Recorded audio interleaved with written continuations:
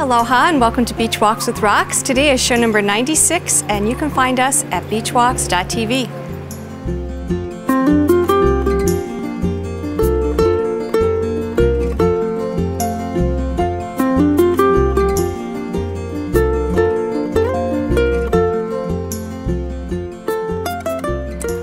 Hi there everybody.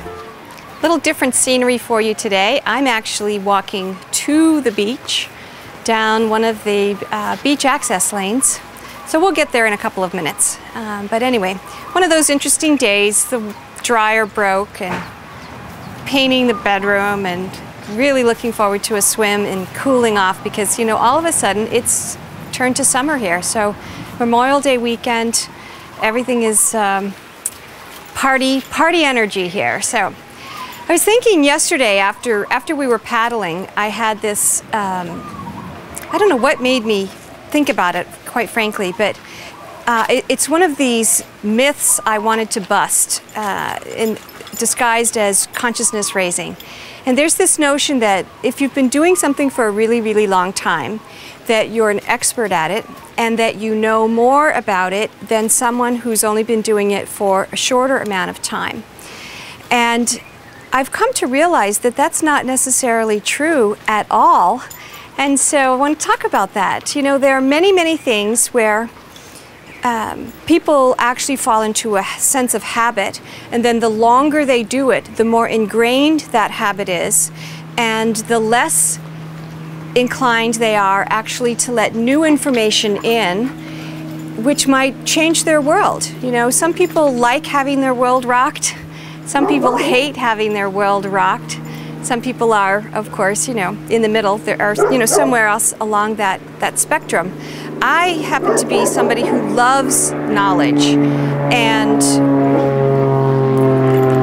it's okay with me if things change or if my known world comes crumbling down and gets replaced by a new known world. And you know, I experienced this false mythology in a lot of things. Of course, I experience it in sports. You know, people who've been doing something for a really, really long time, they think they're really good at it just by virtue of time, which isn't necessarily true in my experience. And of course, it's easy to experience in, you know, in business, people doing things. So it really is not so much how long you've been doing something, I think, but rather how curious you are, how much you continue to test your beliefs up against reality, how much you're willing to, when you meet a new person, or you read a new book, or you read a new article, let whatever it is that that person has to say weigh in to contribute to what it is that you know. And that's one of the reasons I love the internet so much, is there's so much information there.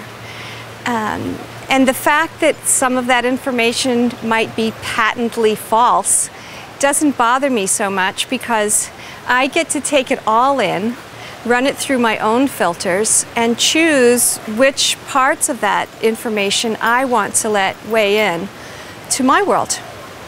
So that's my rambling topic today. I have a corollary topic that I'm not really ready to talk about yet, but I'll tell you what it is in case any of you have any ideas. You can tell we're approaching the water now because here comes the breeze, living on the windward shore of Oahu. So wonderful. But anyway, the corollary is that, or related topic is that if you get someplace first, does that mean you're more entitled to it than someone who gets there second or third or fourth? Because that's another area where I find people have very strong beliefs, opinions, and emotions about entitlement.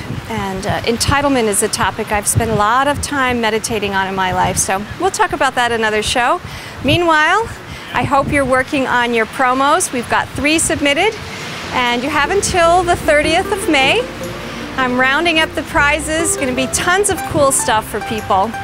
And you can submit text, you can submit audio, you can submit video. And if you need help submitting any of that, just email me at beachwalks@gmail.com. I'd be glad to help you. Aloha, everybody. You know the Skype, Roxanne Darling. You know the phone, 949-544. 1456. And if this is your first Beachwalks, ikomo mai. That means welcome. Aloha, everybody. All right, let's leave our shoes here. Huh? Ready?